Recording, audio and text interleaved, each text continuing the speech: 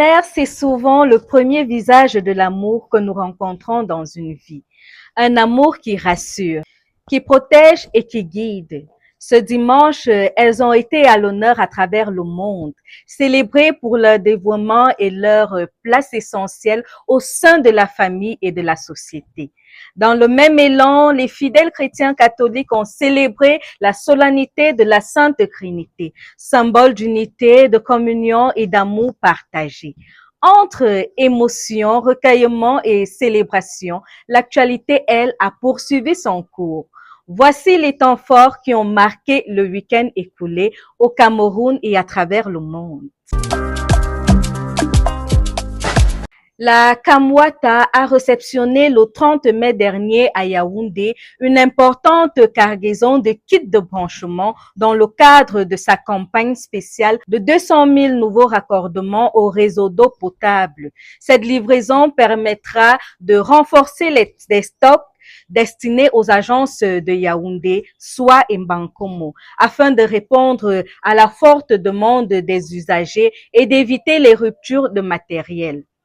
L'entreprise publique réaffirme ainsi son ambition d'améliorer l'accès à l'eau potable avec des facilités telles que des branchements réalisés en moins de 72 heures et des modalités de paiement adaptées aux abonnés. Le ministre des Travaux publics, Emmanuel Nganou-Djoumessi, a inspecté les travaux de protection des berges du Mayo d'Oumou à l'extrême nord, samedi 30 mai dernier, réalisés par l'entreprise CG Corp Group. Ces aménagements visent à lutter contre les inondations récurrentes, protéger les populations riveraines et sécuriser les infrastructures routières menacées par l'érosion.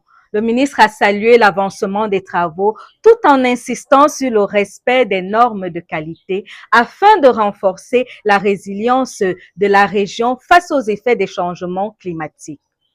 Dans le même sillage, le ministre des Travaux publics, Emmanuel Nganou-Djoumessi, a été élevé à la dignité de prince de Bogo par les autorités traditionnelles de Bogo en reconnaissance de son engagement dans la réalisation des infrastructures routières ayant transformé la commune.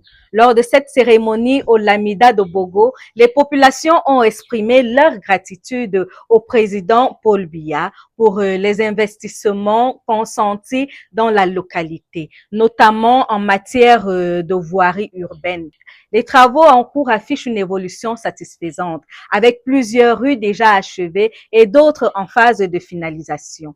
Ces aménagements contribuent à améliorer la mobilité, l'assainissement et le développement économique de la ville. Le Cameroun a participé à la 61e session de la réunion ministérielle du Comité consultatif permanent des Nations Unies sur les questions de sécurité en Afrique centrale qui s'est tenue à Bujumbura au Burundi du 25 au 29 mai dernier. Alors, conduite par Oumarou Chinmoum, la délégation camerounaise a pris part aux échanges consacrés au renforcement des mécanismes de prévention, de médiation et de règlement pacifique des conflits en Afrique centrale. À marge des travaux, des discussions ont également eu lieu avec Parfait Onanga sur la situation sécuritaire dans la sous-région, ainsi que le renforcement de la coopération entre les Nations Unies et le Cameroun. L'artiste camerounais Longuet Longuet est actuellement placé en rétention administrative en France et fait l'objet d'une obligation de quitter le territoire français. Alors, ses avocats ont engagé des recours pour tenter d'empêcher son expulsion vers le Cameroun, en invoquant notamment les violences et actes de torture qu'il affirme avoir subis par le passé.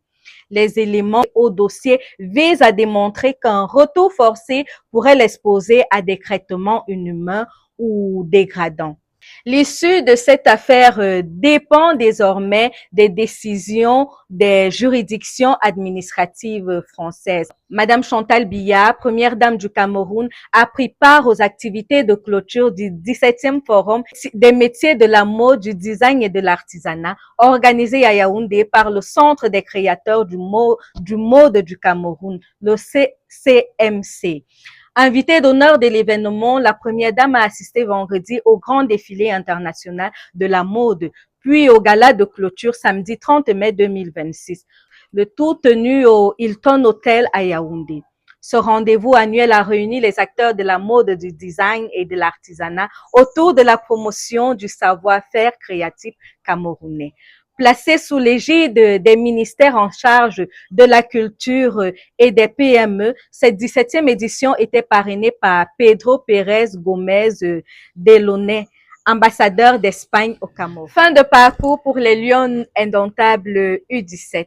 Accroché 0-0 par le Sénégal au match retour du deuxième tour des éliminatoires de la Coupe du monde féminine U17 2026 le 30 mai dernier au stade Omnisport de Yaoundé. Les Camerounaises ont été éliminées au tir au but. 5 buts contre 4. Après 2 mi-temps sans but, la qualification s'est jouée lors de la séance fatidique où les Sénégalaises se sont montrées plus efficaces.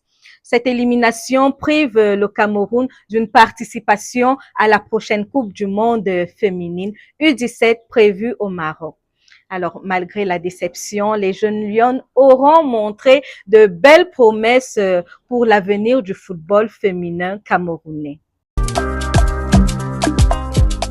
Le Parlement du Ghana a adopté une nouvelle fois une loi anti-LGBT+, prévoyant des peines de prison pour les relations homosexuelles ainsi que pour toute forme de soutien ou de promotion des activités LGBT+. Le texte prévoit jusqu'à 3 ans d'emprisonnement pour les personnes reconnues coupables de relations homosexuelles et jusqu'à 5 ans pour les auteurs présumés de promotion ou de soutien aux activités LGBT+. Déjà adopté en 2024, il attend désormais la promulgation du président John Mahama pour entrer en vigueur. Cette loi continue de diviser l'opinion publique entre organisations de défense des droits humains qui dénoncent une atteinte aux libertés fondamentales et groupes religieux et conservateurs qui y voient un moyen de préserver les valeurs traditionnelles du pays. Au Soudan du Sud, le Programme alimentaire mondial manque de moyens selon les dernières estimations de l'ONU. Plus de 56% des 13 millions d'habitants de ce pays connaissent actuellement une insécurité alimentaire aiguë. En Guinée, des élections législatives et communales ont été organisées le dimanche 31 mai dernier. Les électeurs guinéens ont été appelés aux urnes pour des élections législatives et communautaires dont le déroulement ne passe pas inaperçu près de 5 ans après le coup de force perpétré par le général Mamadi Doumbouya en septembre 2021. Les deux scrutins sont considérés comme ceux qui viennent clore le processus de retour du pays à l'ordre constitutionnel. Guerre au Moyen-Orient. L'armée israélienne annonce étendre son offensive au Liban. Trump affirme avoir reçu de l'Iran l'engagement à ne pas se doter de l'arme nucléaire. L'armée israélienne appelle à l'évacuation au Liban de toute la zone au sud du fleuve Zahrani. Israël dit avoir capturé la forteresse de Beaufort et y avoir planté son drapeau. L'Iran n'approuvera aucun accord avec Washington sans garantie sur ses droits, dit son chef négociateur. Netanyahou annonce que la prise de la forteresse de Beaufort au Liban est un tournant décisif. Le Paris Saint-Germain est entré un peu plus dans l'histoire du football européen samedi soir en remportant une deuxième Ligue des Champions consécutive face à Arsenal. Au terme d'une finale tendue disputée à Budapest, les Parisiens se sont imposés au tir au but, grâce notamment à un Ousmane Dembélé décisif et une grande maîtrise mentale dans les moments clés. Avec ce nouveau sacre, le PSG devient le premier club français à remporter 2 Ligues des Champions et confirme son statut de nouvelle place forte du football européen. En ce week-end placé sous le signe de l'amour maternel et de la foi, retenons que les valeurs de solidarité, de partage et d'unité demeurent plus que jamais essentielles face aux défis de notre temps. Place à une nouvelle semaine où le monde célèbre ce lundi 1er juin 2026 la journée des parents sous le thème « Ensemble pour les parents ». Une journée qui rappelle le rôle vital que jouent les familles et souligne l'importance d'investir dans une éducation stimulante et ludique. À toutes les mamans, nous renouvelons nos vœux.